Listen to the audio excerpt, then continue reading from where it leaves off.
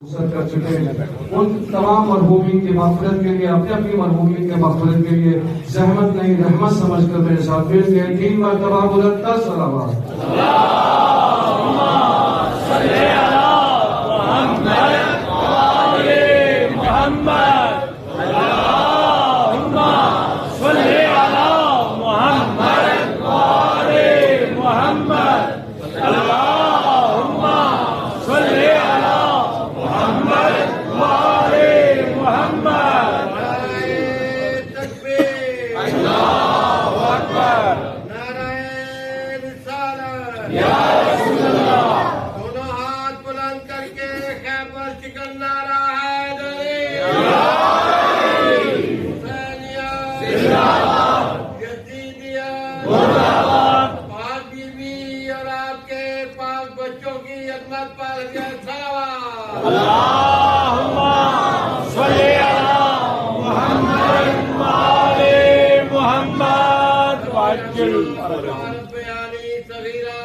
اپنے والدین کی بخشش اور درجات کی بلندی کے لیے بلند تر صلوات اللہم صلی علی محمد وآل محمد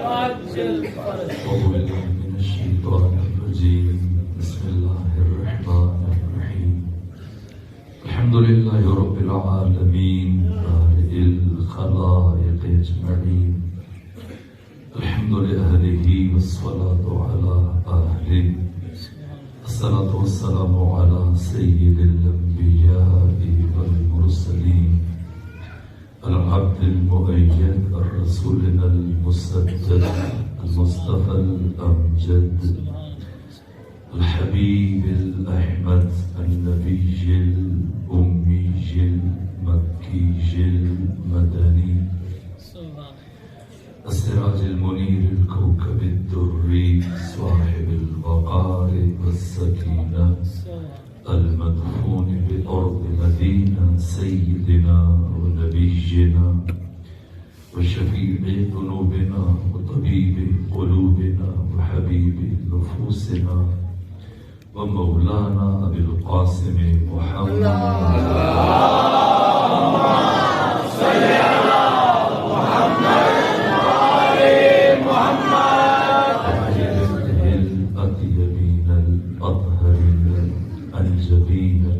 المعصومين المظلومين ورحمة الله على أحبابهم وأصحابهم وشيعتهم ومحبيهم ومواليهم أجمعين ولعنة الله على أعدائهم ومنكري فضائلهم وغاصبي حقوقهم من جور عداوتهم إلى الآن ومن الآن إلى قيام يوم الدين وبعد يوم الدين أما بعد فقد قال حق سبحانه وتعالى يا أحمد لولاك لما خلقت الأفلاك ولولا علي لما خلقتك ولولا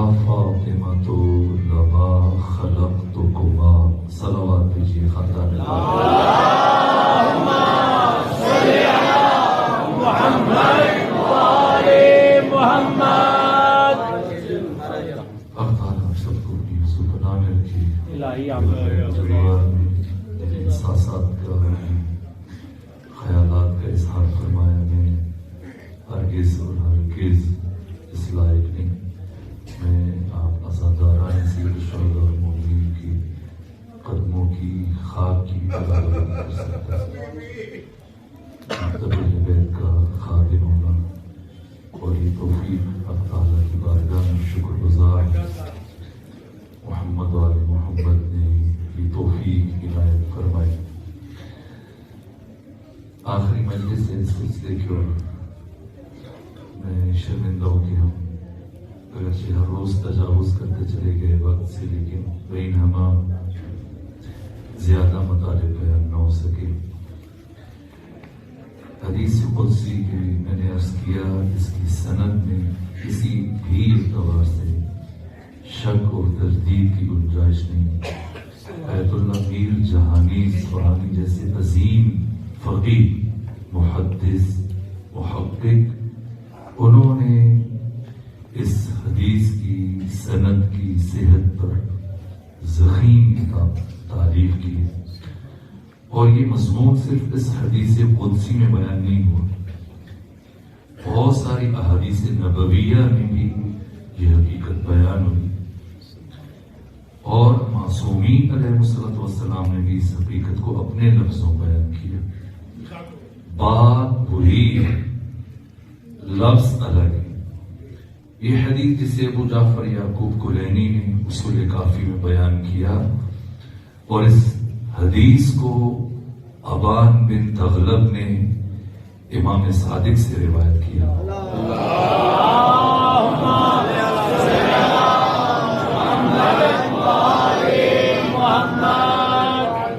ابان کہتے ہیں کہ امام نے فرمایا کہ اللہ نے میری جدہ طاہرہ سیدہ زہرا سلام اللہ علیہ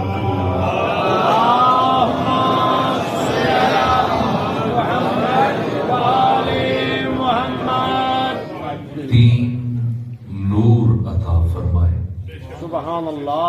ایک نور جو وقت طلوع ظاہر ہوتا ہے، یہ نور نور سفید ہے، اور یہ نور نور جمال خدا ہے، اور دوسرا نور یہ ہنگام غروب اور غروب سے پہلے ظاہر ہوتا ہے اس کائنات میں۔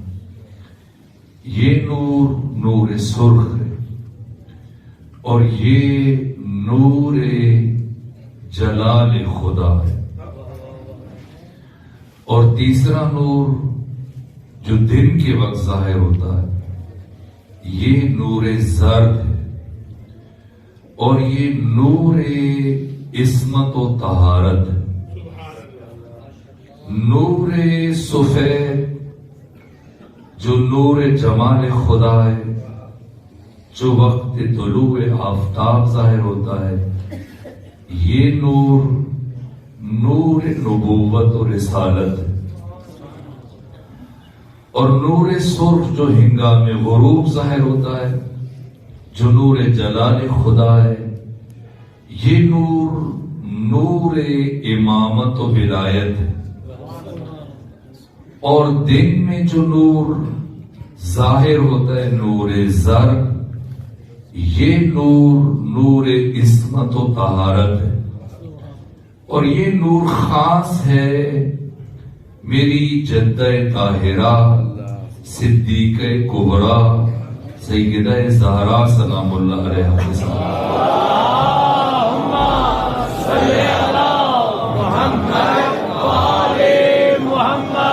اور اللہ نے میری دادی فاطمہ کے نور کو نور نبوت اور نور امامت کے درمیان، نور رسالت اور نور ولایت کے درمیان اس لیے رکھا کہ اگر اس نور کو درمیان سے نکال دیا جائے تو نہ نور نبوت بچتا ہے نہ نور امامت بچتا ہے۔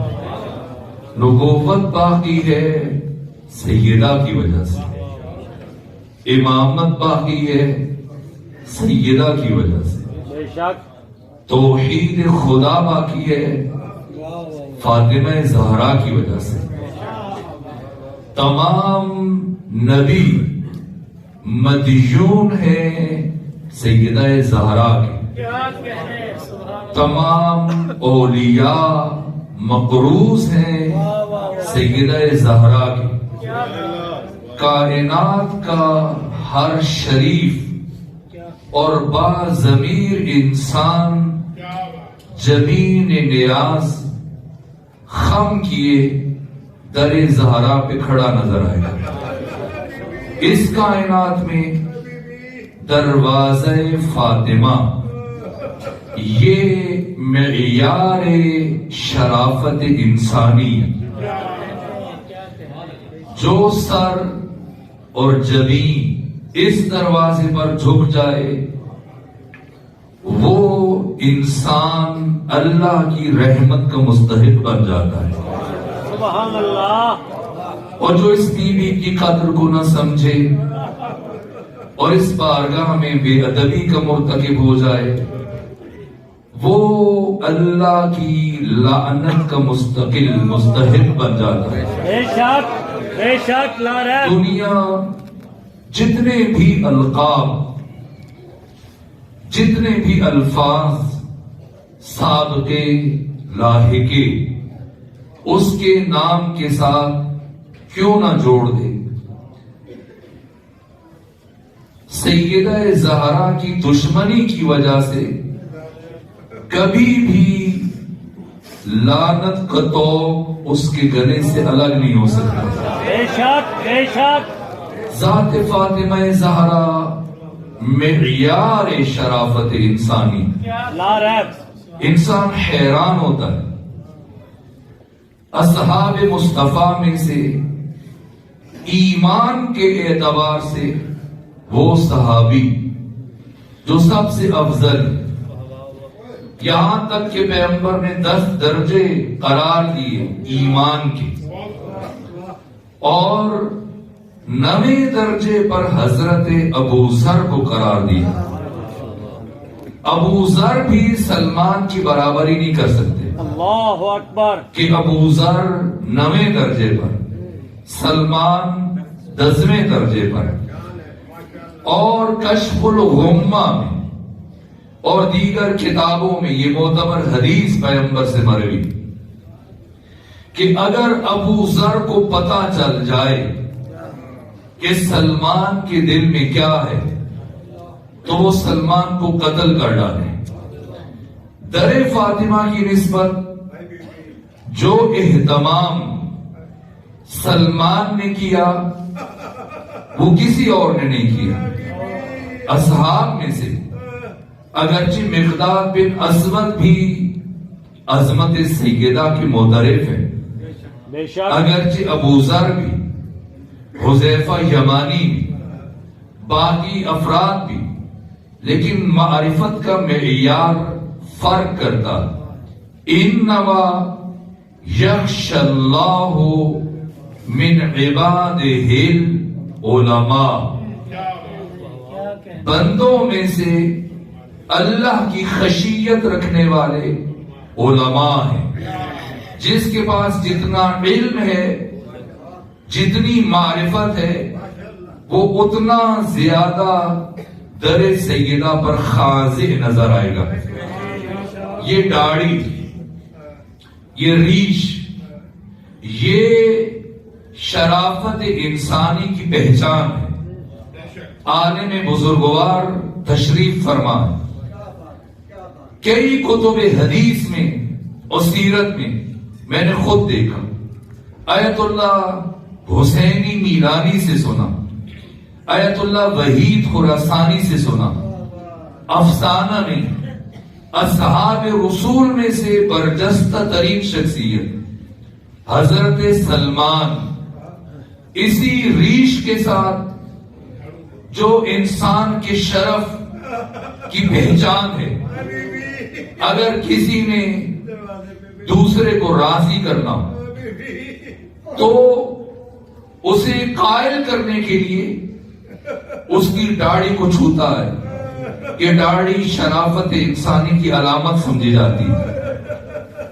یہ ریش، یہ داڑھی جو شرافت انسانی کی علامت ہے، اسی داڑھی کے ذریعے سے جناب سلمان بارہا و بارہا جناب سیدہ کی دہلیز پر جھاڑو کرتے ہوئے نظر آئے. اللہ اکبر. جب کوئی عاقل سوچے گا تو اسے یہ بات بہت عجیب اور عقل و بصیرت سے دور نظر آئے گی، لیکن نہ، سلمان جانتے ہیں کہ یہ دروازہ کس لائق ہے، اس کا شرف اور مقام کیا ہے، کیوں وہ یہ عمل انجام دیتے تھے، تاکہ ان کا عمل پیغام بن جائے۔ برابر جو ختمی مرتبت نے اپنی زندگی میں اس دروازے کی حرمت کی طرف متوجہ کیا، اگر پیغمبر گرامی اسلام کی نگاہ میں سلمان فارسی کا یہ عمل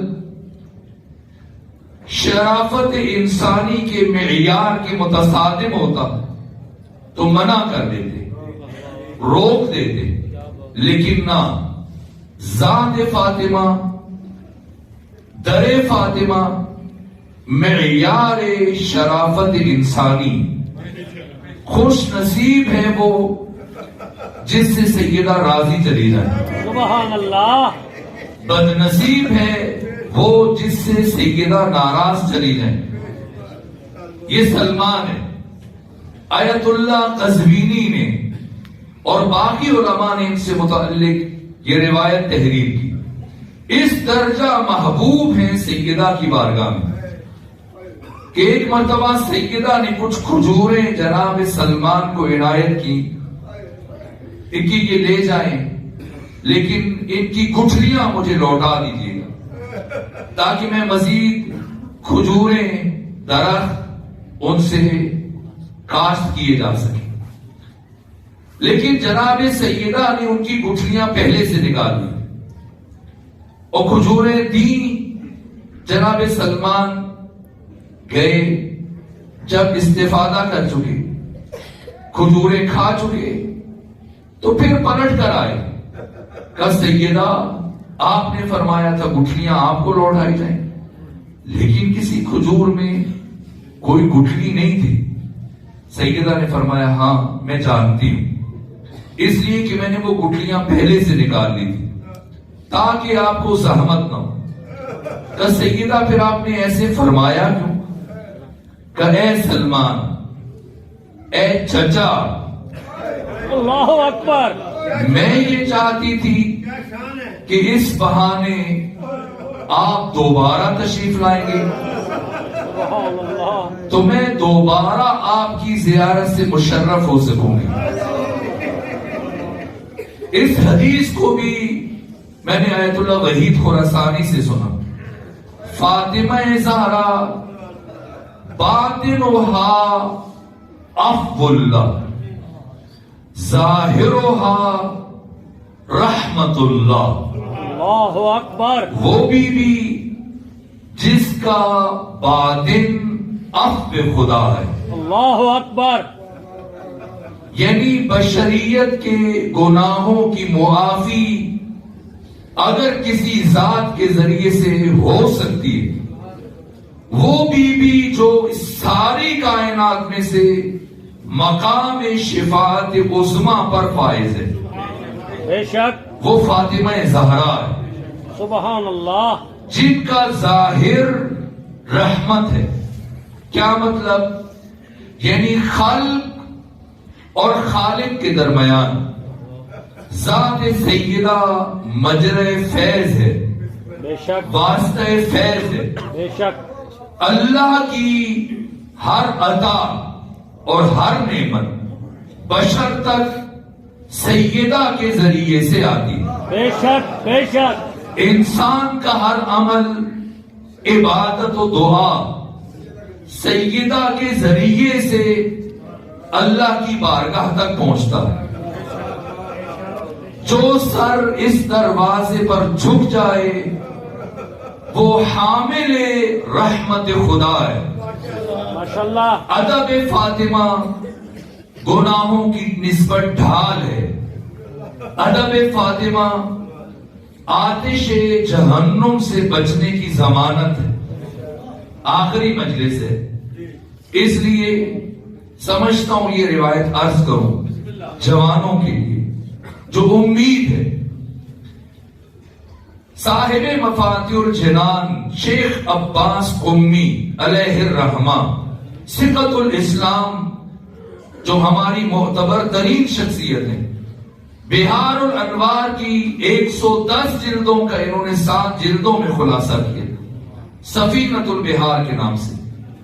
300 سے زیادہ کتابیں لکھی شیخ عباس قمی نے، اور جو پذیرائی ملی خود مفاتیح الجنان کو اٹھائی، ہر مسجد میں موجود ہے، ہر گھر میں موجود ہے، ہر عبادت گاہ میں موجود ہے۔ یہ شیخ عباس قمی، انہوں نے جناب سیدہ کی شخصیت پر اور آپ کے مصائب پر ایک کتاب لکھی جس کا نام ہے بیت الاحزان، اور جو وجہ تعریف انہوں نے کتاب کے آغاز میں بیان کی کہ میں نے یہ کتاب کیوں لکھی، تو کہ ایک مرتبہ کسی سفر میں ایک قریے سے یا ایک دیہات سے گزر رہا تھا، اور مجھے سفر میں چاقو کی چھری کی ضرورت پیش آئی، تو میں پوچھتا ہوا کہ یہاں کوئی دکان ہو۔ کسی نے بتایا ایک لوہار ہے جو خود اوزار بناتا ہے، چاقو اور چھریاں بھی بناتا ہے، وہاں سے آپ اپنی پسند کی چھری لے لیجیے۔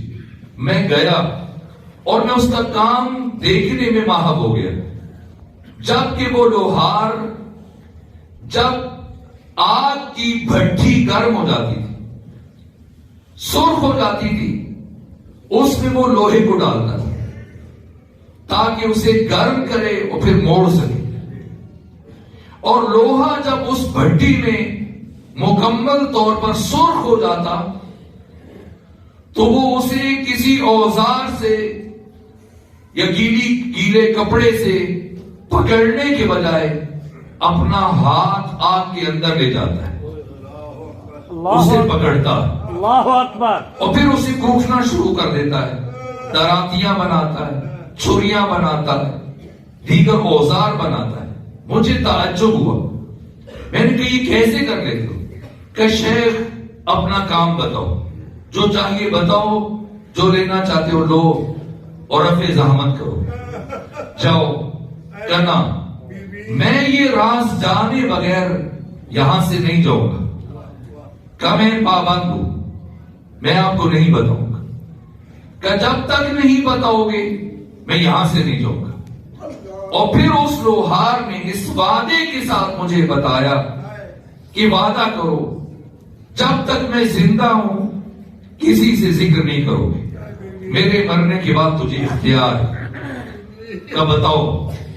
تو اس لوہار نے بتایا کہ کچھ عرصہ پہلے اسی دکان پر دن کے وقت ایک خاتون آئی اور اس نے مجھ سے مدد کی خواہش کی کہ 4 سال پہلے میرے شوہر کا انتقال ہو چکا، چھوٹے چھوٹے بچے ہیں، کمانے والا کوئی نہیں، کئی دنوں سے میرے گھر میں فاقے، اور محلے کے دکاندار نے مجھے مزید قرض دینے سے انکار کر دیا، اور اب ہمارے گھر میں وہ کیفیت ہے کہ اگر آج میں اپنے بچوں کو کچھ نہ کھلا سکی تو مجھے خوف ہے کہ ان میں سے کوئی مر نہ جائے، میری مدد کرو۔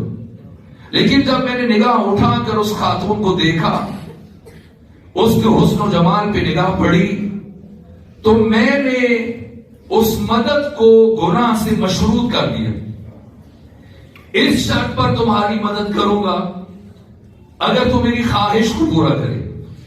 اس خاتون نے سر جھکایا، چلی گئی، اور کچھ وقت گزرنے کے بعد دوبارہ آئی، اور پھر مجھ سے کہا کہ اگر میں مجبور نہ ہوتی دوبارہ نہ آتی، میں پریشان ہوں، میری مدد کرو۔ میں نے دوبارہ اس مدد کو مشروط کر دیا۔ اس خاتون نے کہا اگر تم مجھے جانتے تو شاید ایسی خواہش نہ کرتے۔ کہا بتاؤ کون ہو تم؟ کہا میں اولاد فاطمہ سے، میں سید زادی ہوں۔ لوہار کہتے ہیں جیسے ہی میں نے اس بیوی کا نام سنا مجھ پہ لرزہ طاری ہوا، اور میں خود کو انتہائی شرمندہ محسوس کیا۔ میں نے اس خاتون سے معافی طلب کی کہ مجھے معاف کر دو۔ اور اپنی دادی سے میری شکایت نہ کرنا۔ ہوئے ہوئے میں اٹھا، جو کچھ میرے پاس تھا سب اسے دے دیا اور کہا آئندہ بھی اگر کچھ چاہیے ہو تم مجھ سے کہہ سکتی ہو۔ اسے رخصت کرنے کے بعد میں نے کوشش کی کہ اپنے کام کو جاری رکھوں، لیکن میری طبیعت مضمحل تھی۔ میں نے کام کو چھوڑا، دکان کو بند کیا، گھر چلا گیا کہ کچھ دیر سستاتا ہوں، آرام کرتا ہوں۔ اور جب میں آرام کی غرض سے لیٹا تو میری آنکھ لگ گئی۔ جب سویا تو عالم خواب میں ایک مخدرہ کو دیکھا، ہوئے ہوئے جس بی بی نے اپنے تعارف میں فرمایا کہ میں تمہارے نبی کی بیٹی فاطمہ زہرا لے جانے والی اللہ اکبر، مقام شفاعت عظمی، خوش نصیب ہے وہ۔ کون ہے فاطمہ؟ ذات فاطمہ ذہن بشر سے ماورا ہے۔ ذات سیدہ اس دید سے نہ دیکھا جائے جس دید سے عام طور پر سیدہ کی شخصیت کو پیش کیا جاتا ہے۔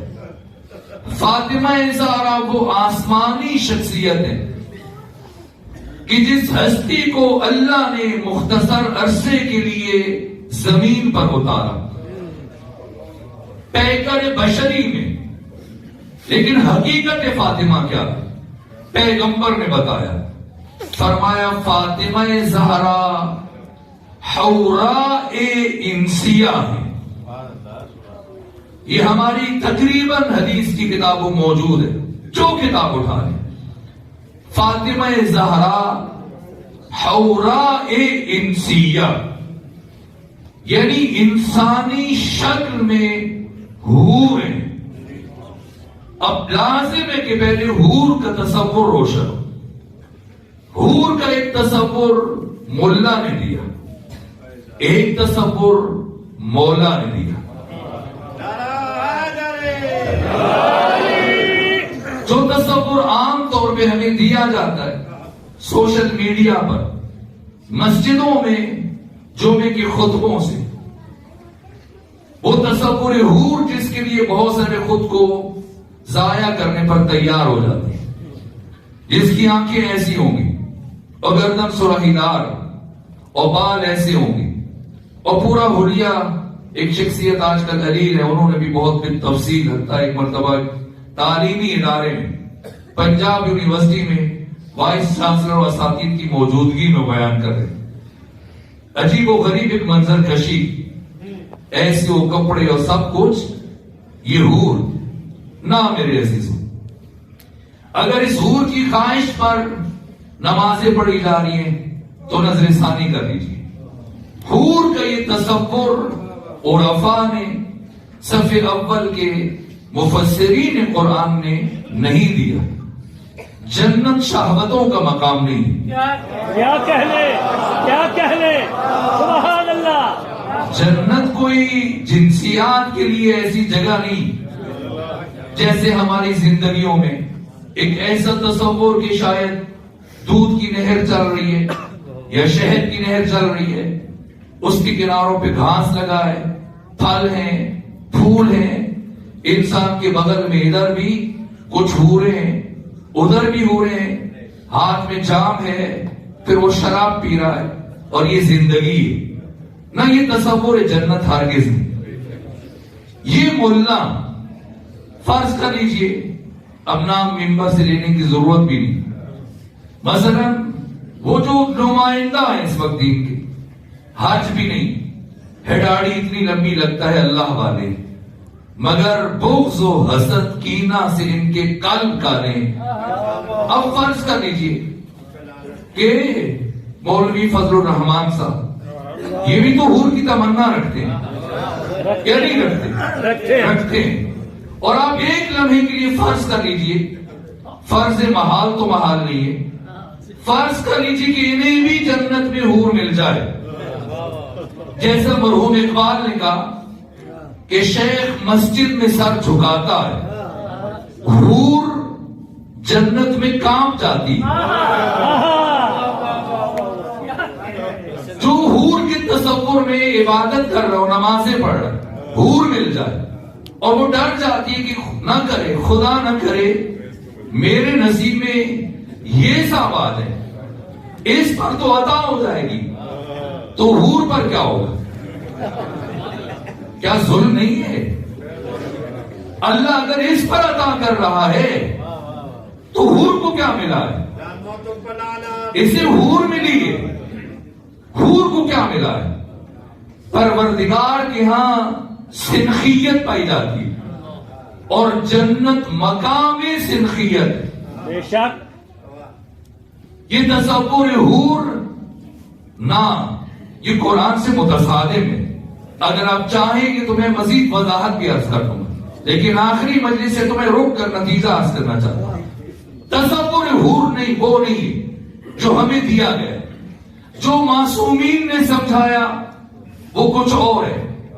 حور الگ سے کچھ نہیں ہے، حور انسان کا حسن عمل ہے، جسے انسان اپنی زندگی میں اختیار کرتا ہے۔ سبحان اللہ۔ اس میں جتنا خلوص ہے، جتنی معرفت ہے، جتنی دقت ہے، جتنی بصیرت ہے، جتنی گہرائی ہے، اس کے مد نظر انسان کے حسن عمل کو مجسم کیا جائے گا، اور اس تجسم کو قیامت کے دن اس کا مصاحب قرار دیا جائے گا، جسے قرآن میں حور کا نام دیا گیا۔ وہ الگ سے خارج سے نہیں ہے، اور وہ کئی درجے حسین ہے۔ دیکھیے ہم شکم مادر میں رہے، اور 4 مہینے 10 دن گزرنے کے بعد جو خوراک شکم مادر میں ہمیں ملی اور کئی مہینے استعمال کرتے رہے، اور پھر جب دنیا میں آئے تو سب سے پہلا کام کیا کیا گیا؟ اس ناف کو کاٹ دیا گیا، جس سے ہمیں کئی مہینے مسلسل شکم مادر میں وہ خوراک پہنچتی رہی۔ اب دنیا میں آئے تو یہاں کی خوراک ادھر کے حساب سے، جو خوراک ہمیں شکم مادر میں ملتی رہی اب وہ ترک ہو گئی، اسے چھوڑ دیا، اور دنیا میں یہاں کے مطابق خوراک دی جائے۔ فلسفہ مثال تقریب ذہن 10 ادب جوڑ کر، اگر وہی خوراک جو ہم میں سے ہر ایک شکم مادر میں استفادہ کرتا، اگر ابھی دنیا میں اس کے سامنے پیش کر دی جائے کہ استفادہ کیجئے اور استعمال کیجئے، استعمال کرے گا کوئی؟ نہیں، کراہت ہوگی۔ کیوں؟ ظاہر ہے کہ اب اس کی کثافت بشر پر عیاں ہے، اسے استعمال کرنا ہرگز مناسب نہیں سمجھے گا۔ بِعَيْنِهِ نہیں، جب یہاں سے اس عالم مثال میں جائے گا، جنت میں جہاں لطافت ہی لطافت ہے، ایسے عالم میں جب اس کی عقل کامل ہو جائے گی تو وہاں پہنچ کر یہ خواہشیں جن کے لیے اس دنیا میں مرا جاتا ہے، یہی کچھ اسے پیش کیا جائے تو منہ موڑ لے گا۔ وہاں کی خوراک وہاں کی مطابق ہے۔ حور کا تصور ابھی سے نہ سجایا جائے، جب پہنچیں گے تو خود دیکھ لیجئے گا ہم کس درجہ نیچے سوچ رہے تھے، خدا نے ہمارے لیے کیا رکھا۔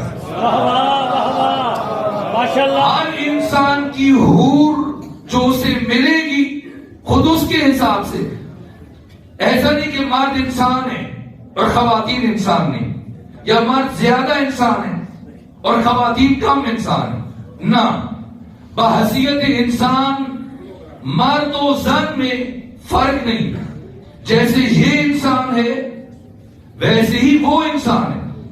اگر مرد کو حور ملے تو عورت کو کیا ملے گا؟ حور صرف مردوں کے لیے نہیں ہے، بے شک حور خواتین کے لیے بھی ہے۔ حور وہی ہے، اسی کا اختیار کردہ عمل جسے زندگی میں ارادے سے، اختیار سے خود اپناتا ہے، قیامت کے دن اس کے اسی عمل کو مجسم کر دیا جائے گا کہ اب اپنی ابدی حیات کو اسی کے ساتھ گزاریے۔ جیسا عمل ہے ویسی جنت ہے، ویسی حور ہے نہ. اگر بات پہنچی ہو اشارتاً کسی حد تک، اب سمجھنا ہے پیغمبر سیدہ کا کیا تعارف پیش کر رہے ہیں. اللہ اکبر. فاطمہ زہرا حوراء انسیہ ہے، یعنی فاطمہ انسانی شکل میں حور ہے. کیا مطلب؟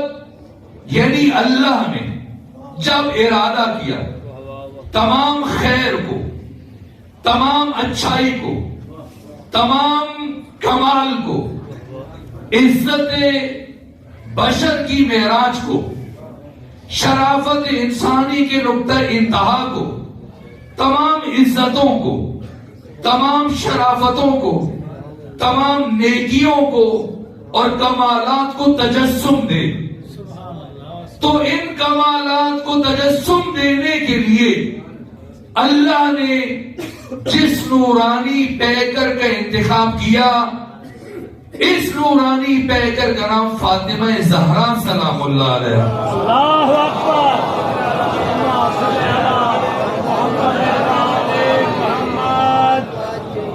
تو زن کے آئینے میں نہ دیکھا جائے، واہ واہ. سیدہ کو جنس کے آئینے میں نہ دیکھا جائے. واہ واہ. عورت ہیں، خاتون ہے نہ. فاطمہ زہرا کمال مطلق، فاطمہ زہرا مجسم کمال، فاطمہ زہرا شرف انسانی کی معراج، فاطمہ زہرا تمام خیر، ہر اچھائی، ہر نیکی کی معراج کا نام فاطمہ ہے. بے شک. جہاں نقص کا تصور ممکن نہیں، وہ ذات جہاں سارے شرف، سارے کمالات اور ساری فضیلتیں جمع وہ فاطمہ ہے.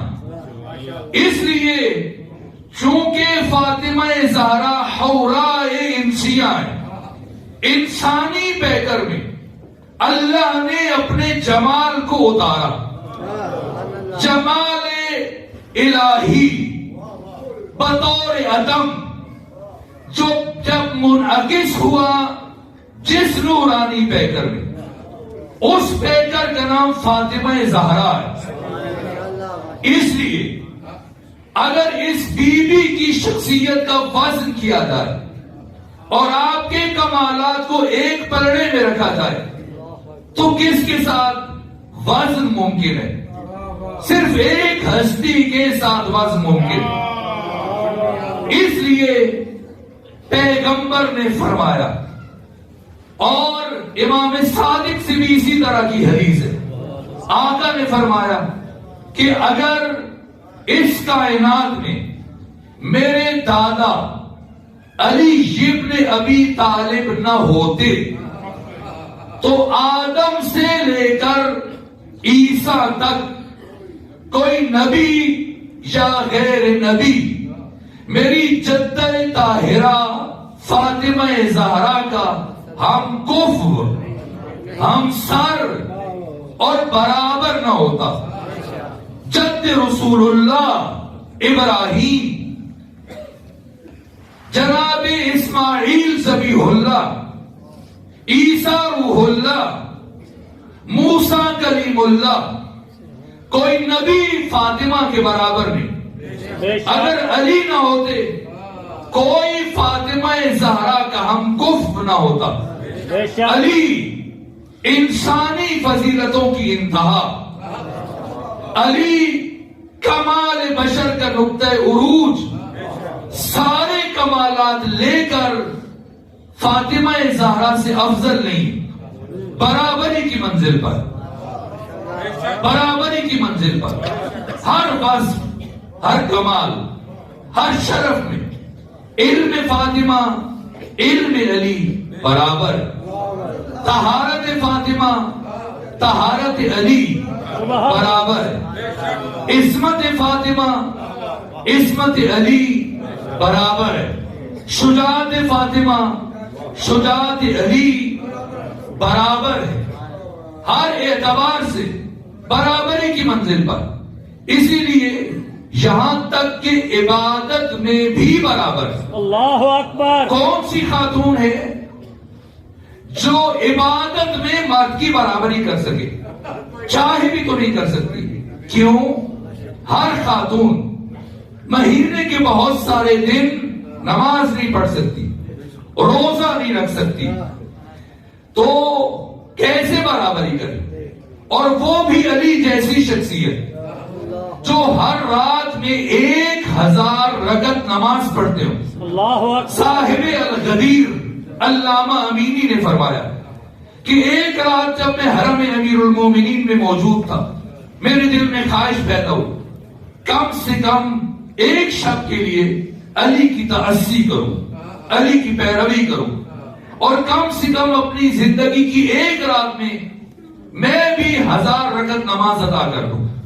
کہا میں نے نماز پڑھنا شروع کی اور پڑھتے پڑھتے میں تھک کے چور ہو گیا اور میری ہمت جواب دے گئی اور میں 500 رکعتوں سے تجاوز نہ کر سکا. یہ علی، کوئی مرد بھی جس علی کے ساتھ عبادت میں برابری نہ کر سکے، لیکن یہ فاطمہ ہے کہ عبادت میں بھی برابری کی سطح پر. سبحان اللہ. اسی لیے اللہ نے اس بیوی کو بطول بنا کے بھیجا. سبحان اللہ. عبادت میں بھی علی کے برابر ہو جائیں. اور کس کس نے اظہار کیا؟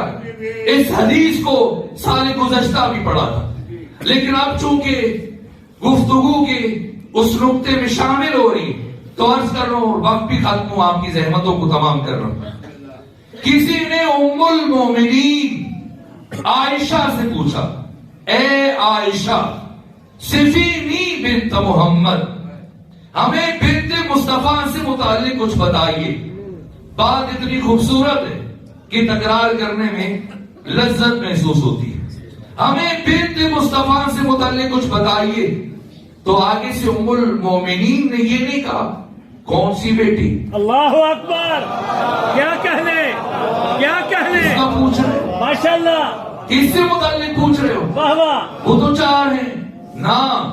اگر فاطمہ زہرا کے علاوہ کوئی اور بیٹی ہوتی تو پلٹ کر ام المومنین کو پوچھنا پڑتا کس کا پوچھتے ہو. لیکن جیسے ہی پوچھا گیا سمندر کو کوزے میں سمو دیا. ما اقول فی حقہا، میں اس فاطمہ سے متعلق کیا کہوں.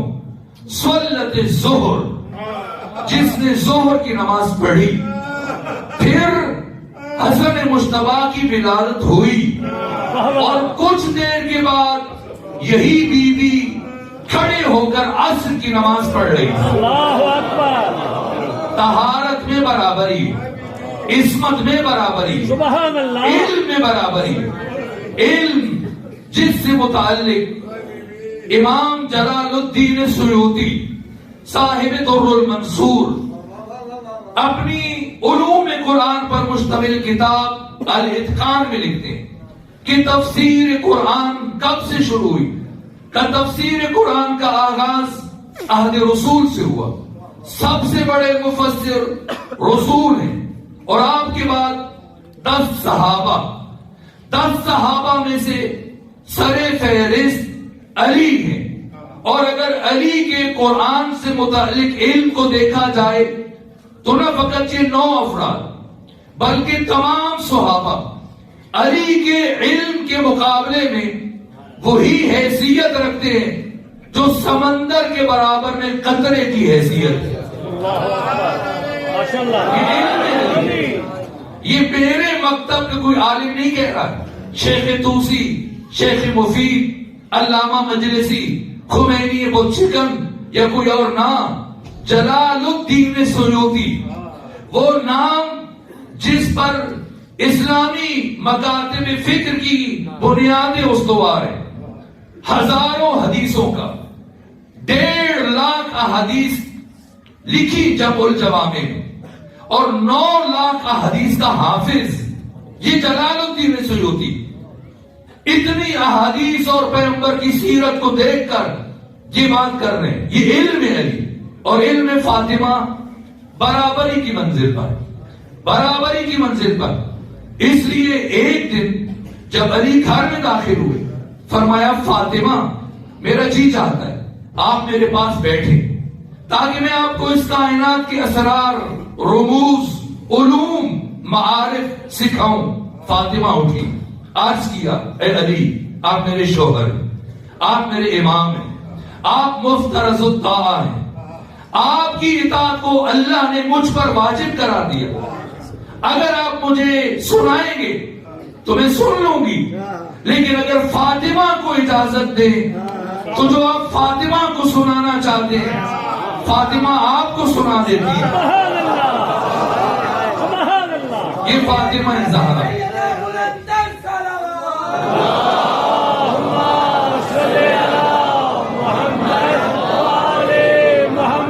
فاطمہ زہرا عزت پروردگار، فاطمہ زہرا حجاب توحید، جیسے خمینی بتشکن نے آداب الصلاۃ میں اس کی تفسیر بیان کی۔ فاطمہ زہرا ناموس کبریا، بے شک، فاطمہ زہرا ام الائمہ، بے شک، ام ابیہا، فاطمہ زہرا مقہورہ، مقصورہ، کون؟ جس کے پہلو کو شکستہ کیا، ہائے ہائے، جس کی پسلیاں ٹوٹ گئی، وہ فاطمہ ہائے، جسے اس کے بچوں کی موجودگی میں مارا گیا، ہائے ہائے، گھر کے اندر بھی مارا گیا، گھر سے باہر بھی مارا گیا۔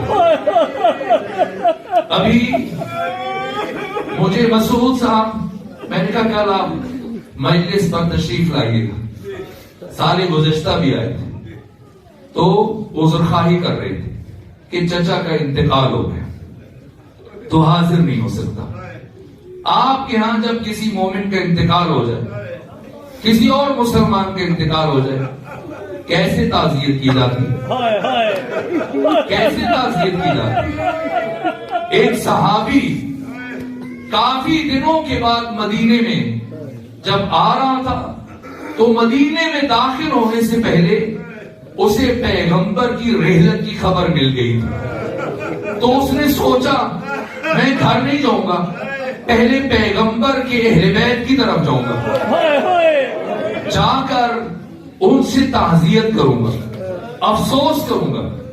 تو اسی طرح وہ بنو ہاشم کی گلی سے قریب ہونا شروع ہوا، ہاں، لیکن جب گلی میں داخل ہوا اس نے دیکھا کہ بیوی کے گھر سے دھواں اٹھ رہا ہے۔ وہ صحابی کہتا ہے میں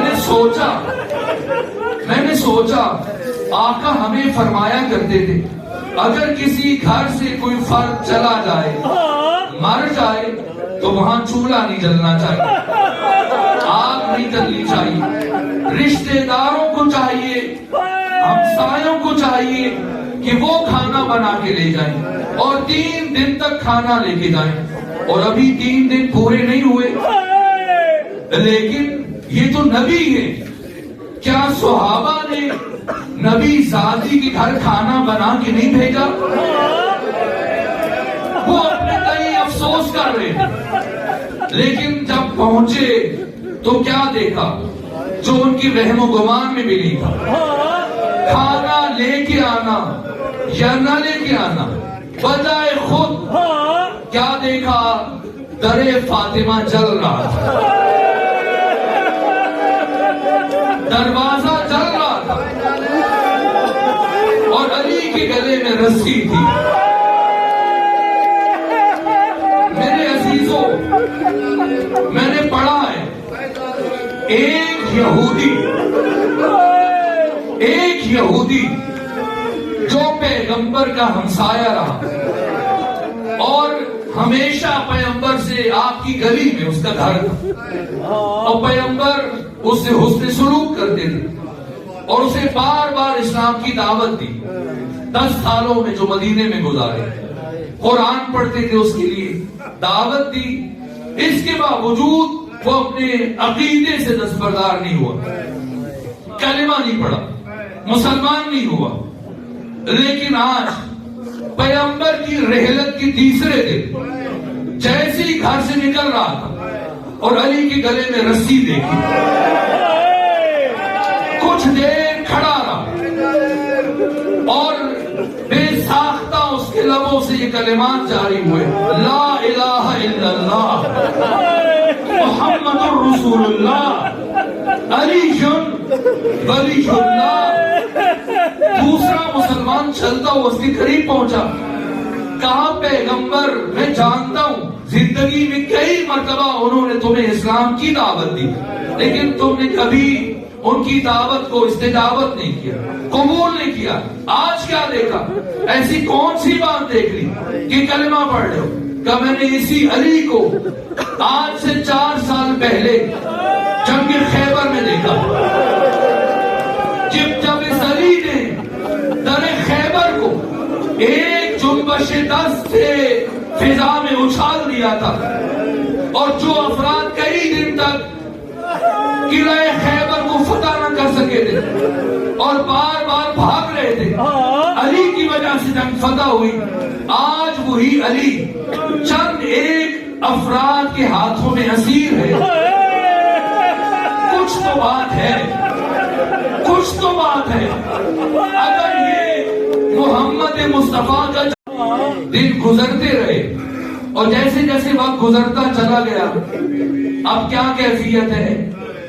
نبی زادی کی حالت کیا ہے؟ آیت اللہ وحید کی گفتگو میں نے سنا، فَكَانَتْ كَالْخَيَالِ، جیسے سایہ رہ جاتا ہے،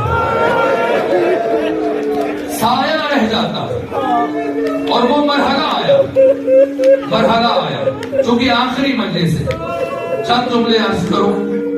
مولا متقیان سے کہا، علی میں نے کچھ لمحے پہلے خواب میں اپنے بابا محمد مصطفیٰ کی زیارت کی۔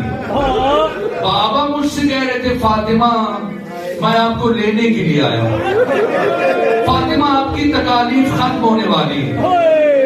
علی میں کچھ لمحوں کی مہمان ہوں، سنیں گے 3 شخصیتیں، ایک سعید بن عبداللہ حنفی جنہوں نے روز عاشور 70 تیر کھانے کے بعد جب ان کی آخری سانسیں ختم ہو رہی تھی اور وقت شہادت قریب آیا اور ان کا جسم تیروں پر معلق تھا، تو رخ کیا امام حسین کی طرف اور ایک بات پوچھی، اب افیت یا ابا عبداللہ، اے حسین ابن علی کیا میں نے آپ کے ساتھ وفا کی؟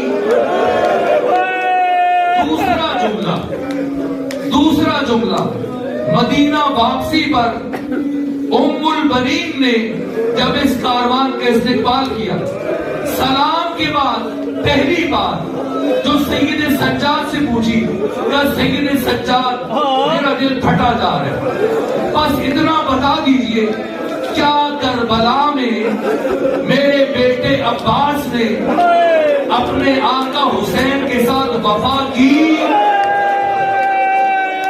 یا وفا نہیں کی؟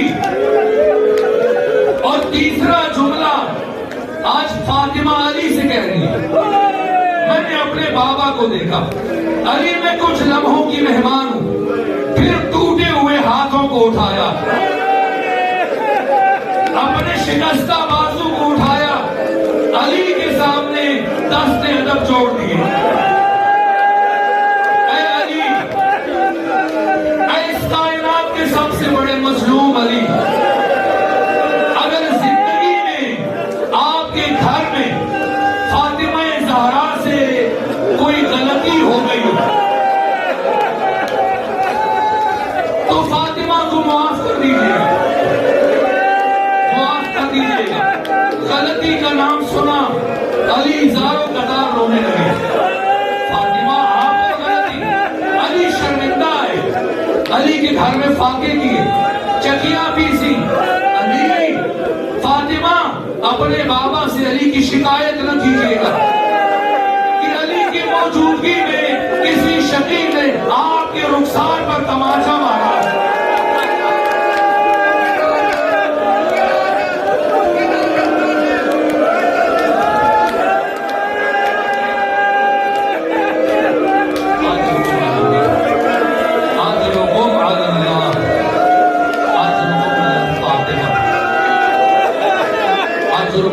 الزہرا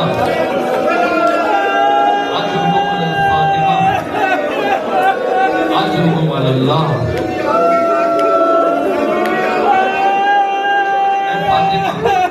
اے فاطمہ زہرا، اپنے بابا کو بتا دیجئے گا علی مجبور تھے، آپ کی وصیت پر عمل کر رہے تھے. بس چونکہ اختتامی مجلس ہے، 2 جملے سیدہ کے جنازے سے متعلق عرض کروں. علی باہر گئے مسجد نبوی میں اور بی بی کی رحلت ہوئی. سلمان دوڑتے ہوئے مسجد نبوی میں آئے علی کو خبر کرنے کے لیے، بتانے کے لیے. جیسی سنا، میں نے روایتوں میں دیکھا، فقہاء سے سنا، فسقط علی وجہہ. جیسے علی اکبر کو روانہ کرتے ہوئے حسین منہ کے بل خاک کربلا پر گرے تھے.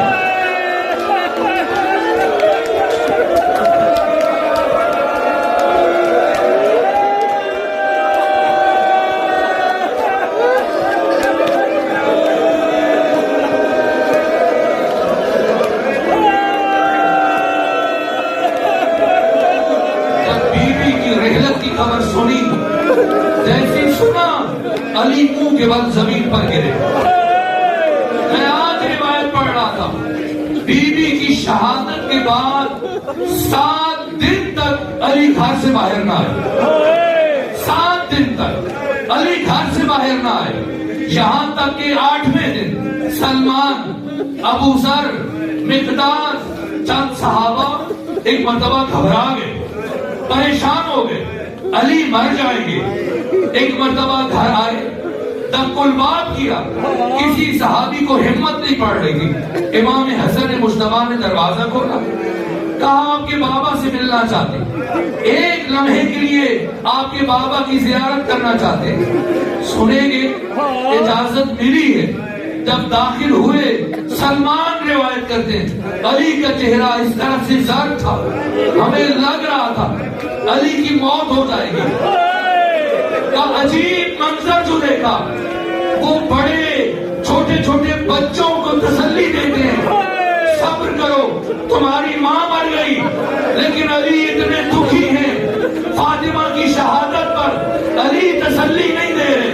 آگے بڑھ کر بچے علی کو تسلی دے رہے. کبھی نہ رونے والے علی، کبھی نہ رونے والے علی. کہاں کہاں روئے، کہاں کہاں روئے. اسماء بنت امیس کہتی ہیں میں ام سلمہ، ہم دونوں مولا متقیان کے ہمراہ بی بی کو غسل دے رہے تھے، اور علی ہم دونوں سے کہہ رہے تھے اسماء، ام سلمہ آہستہ گریا کرو، مبادا تمہارے گریا کی آواز اہل مدینہ تک جا پہنچے. مجھے نبی زادی نے وصیت کی ہے فلاں فلاں کبھی میرے جنازے میں شرکت نہ کریں. اسماء آہستہ رو، ام سلمہ آہستہ رو. لیکن اسماء کہتی ہے مجھے نہیں معلوم علی کو اچانک کیا ہوا. علی نے سیدہ کو غسل دینا چھوڑ دیا، اپنا سر دیوار پر رکھا اور اس طرح سے رونے لگے.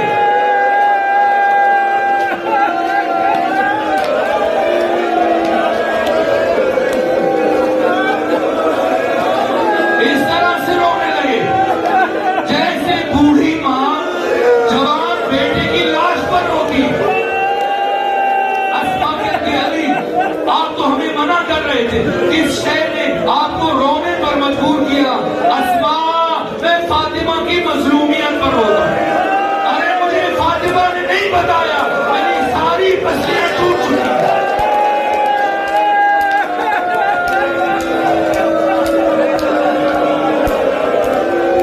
عزیزو آخری جملہ عرض کروں،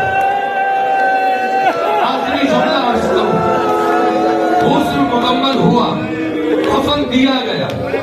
کتنی مرتبہ؟ 2 مرتبہ سیدہ کو کفن دیا گیا.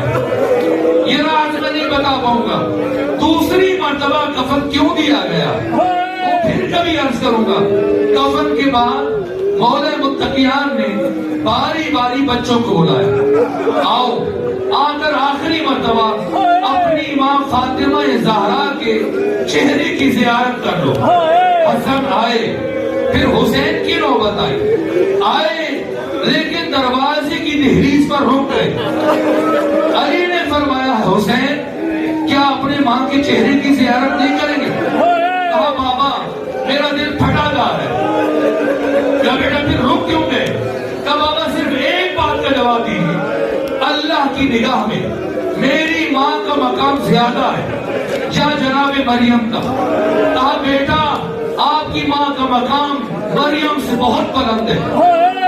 کہا پھر میرا مقام زیادہ ہے کیا جناب عیسیٰ کا؟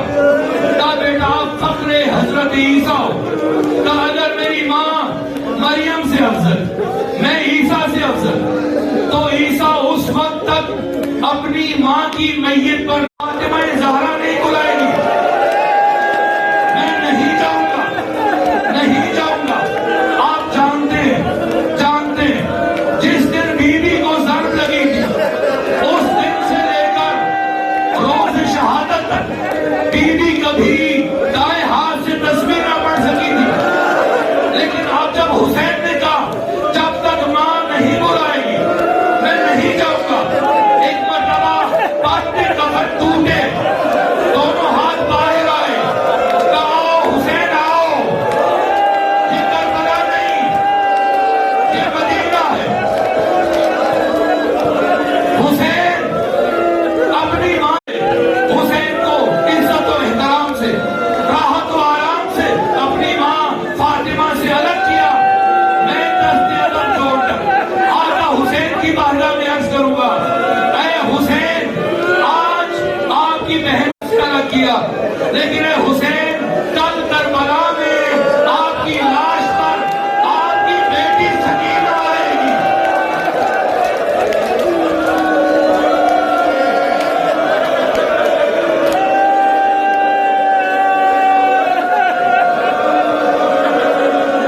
لیکن شبر ویسے الگ نہیں کرے گا جیسے آپ کو الگ کیا گیا. بس آخری جملہ عرض کروں, شرمندہ ہوں چونکہ آج ختامی فرصہ ہے, جی چاہتا ہے ایک جملہ اور عرض کروں. وقت دعا ہے, اپنی حاجات کو دلوں میں لائیے, اللہ سے فاطمہ کے ذریعے سے دعا مانگیے, خدا آپ کی حاجتیں پوری فرمائے. پروردگار ہمارے آبا و اجداد کو شفاعت فاطمہ عطا فرما. پروردگار ہمیں روز قیامت کبھی ان افراد کے ساتھ اکٹھا نہ کرنا جنہوں نے تیرے نبی کی بیٹی کے گھر کو جلایا, جنہوں نے تیری نبی کی بیٹی کو گھنٹوں اپنے دربار میں کھڑے رکھا. ادھر حسین گئے, حسین نے ماں کی زیارت کی. آخری مرتبہ آخری لمحے میں ایک مرتبہ علی نے فرمایا فضا, بس آخری جملہ سنو اور اجازت دو. فضا جاؤ جا کر میری بیٹی زینب کو بلاؤ کہ آ کے ماں کی زیارت کر لیں. سنیں گے جب فضا پہنچی اس خیمے میں جہاں پر جناب ثانی زہرا کا قیام تھا, کیا جملہ کا کہا فضا ابھی میں اپنی ماں کی میت پر اپنے سر سے ردا ہٹا کر ماتم کروں گی, گریہ کروں گی. اے فضا مجھے اپنے بابا کی موجودگی میں